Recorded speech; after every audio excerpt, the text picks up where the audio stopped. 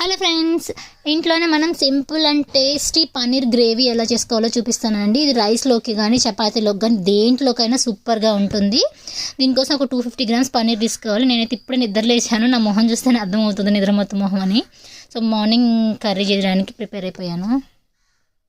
నేనైతే heritage brand తీసుకున్నాను. మీకు ఏ బ్రాండ్ ఉంటే ఆ బ్రాండ్ తీసుకోవచ్చు.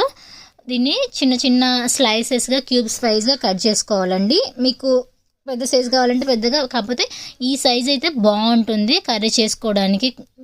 సో నేనైతే అన్నీ ఇలా చిన్న చిన్న సైజెస్గా కట్ చేసుకున్నాను. చూడండి స్పాంజీగా ఎంత బాగుందో. దీన్ని ఇప్పుడు మనము ఒక కడాయిలో బటర్ కానీ గీ కానీ ఆయిల్ కానీ మీ దగ్గర ఏది అవైలబుల్ ఉంటే అది వేసుకొని రోస్ట్ చేసుకోవాలి. నా దగ్గర గీ ఉంది కాబట్టి నేను గీలో రోస్ట్ చేస్తున్నాను. దీంట్లోనే కొంచెం పసుపు, సాల్ట్ వేసి గోల్డెన్ బ్రౌన్ వచ్చేంత వరకు ఫ్రై చేయాలండి. జస్ట్ ఒక వితిన్ 5 minutesలో ఫ్రై అయిపోతుందండి, పెద్ద టైం టేకింగ్ కూడా కాదు.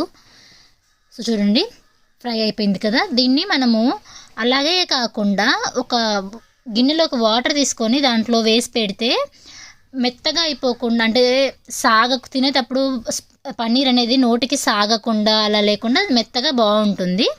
సో ఇప్పుడు మనం అదే బాండీలోకి ఇంకొంచెం ఆయిల్ తీసుకొని దాంట్లో హోల్ గరం మసాలా తీసుకోవాలండి.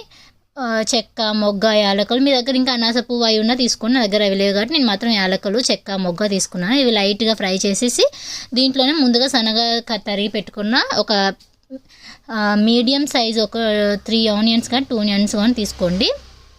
దాన్ని కొంచెం గోల్డెన్ బ్రౌన్ కలర్ వచ్చాక ఫ్రెష్ అల్లం వెల్లుల్లి పేస్ట్ వేసుకోండి. పచ్చివాసన పోయే వరకు మిక్స్ చేసి దాంట్లోనే ఒక 2 పెద్ద సైజ్ టమాటా ప్యూరీని నేను మిక్స్ చేస్తున్నానండి. ఇది నేను ముందే మిక్స్ చేసి పెట్టుకున్నాను. మీరు కూడా పెద్ద సైజ్ అయితే 2 తీసుకోండి, మీడియం సైజ్ అయితే 3 టమాటాలు సరిపోతాయండి. దాంట్లోకి ఒక స్పూను కర్డ్ తీసుకుంటున్నాను. మీ దగ్గర ఇన్కేస్ క్యాష్యూస్ కానంటే క్యాష్యూస్ పేస్ట్ వేస్తే ఇంకా చాలా బాగుంటుంది టేస్ట్. ప్రజెంట్ నా దగ్గర క్యాష్యూస్ లేవు కాబట్టి నేను కర్డ్ వేసాను.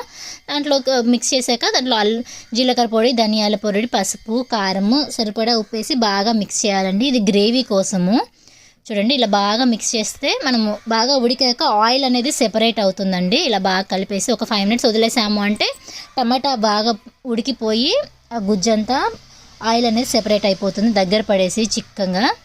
చూడండి ఇది ఆల్మోస్ట్ గ్రేవీ కూడా ఉడికిందండి టమాటాను. చూడండి ఆయిల్ సెపరేట్గా మీకు తెలుస్తుంది అనుకుంటా చివర్లో. చూడండి బాగా మొత్తం ఆయిల్ అంతా పీల్చేసుకొని గట్టిగా అయిపోయింది. ఇప్పుడు దీంట్లోకి మనం సపరేట్ చేసి పెట్టుకున్న పన్నీర్ను వాటర్తో సహా మిక్స్ చేసేయాలండి.